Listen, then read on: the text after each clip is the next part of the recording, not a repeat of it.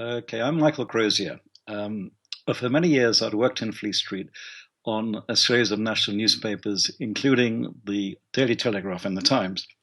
Um, my story with the Independent actually really began in early March 1986, where I was nearly killed by a picket down at Wapping, because I used to drive into the Union-bound plant, actually, which was run, of course, by Rupert Murdoch.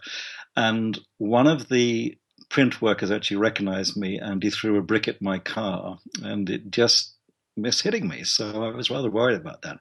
So at the same time, I then actually read about this new newspaper called The Independent, which was going to be independent and started by journalists and run by journalists. And that was an incredibly attractive prospect to someone like me who had worked really under the control of a lot of unions for a very long time. So anyway, so I actually wrote in. At the time, I was actually editor special projects of the Times, and I'd been variously on the Times. I'd been a chief sub-editor, I'd been night editor sport, I'd been in charge of features, I'd been editor of the weekend section, whatever. So I had a fairly sort of all-round history anyway, actually, of journalism.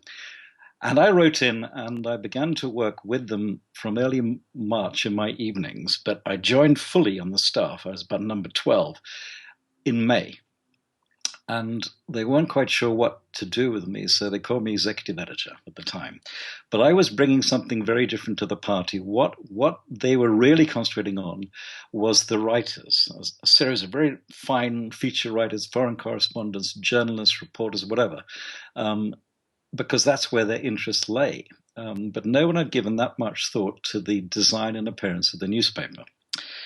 Then actually began a series of events through various contacts. A designer called Stephen Hitchens was brought in to do some work on it. He left, a guy called Ray Hawkey was brought in, then a guy called Tony Mullins, and we ended up finally with a guy called Nicholas Thurkel, who came from a design company but had never worked on newspapers before.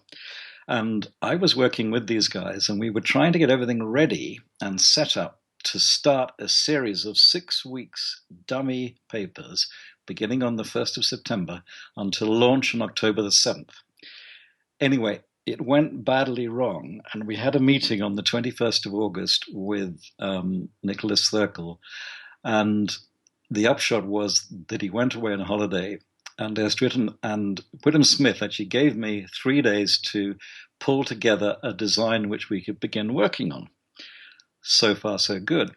No one actually also realized that what we had to do is we had to turn the designs on paper, as it were, into computer programming. And this had never really been the case before because we'd broken out of Fleet Street and the unions who used to put the newspapers together, compose the newspaper, that's why they call compositors.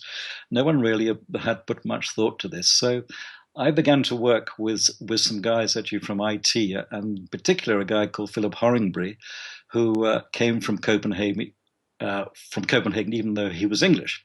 And so every time I would try to work out a headline or a point size or a typeface, I'd have to go down to the computer room and he'd write a piece of software, which was totally meaningless to me. I mean, I had no idea because I was not a computer programmer. I was a journalist who was very experienced in layout and design.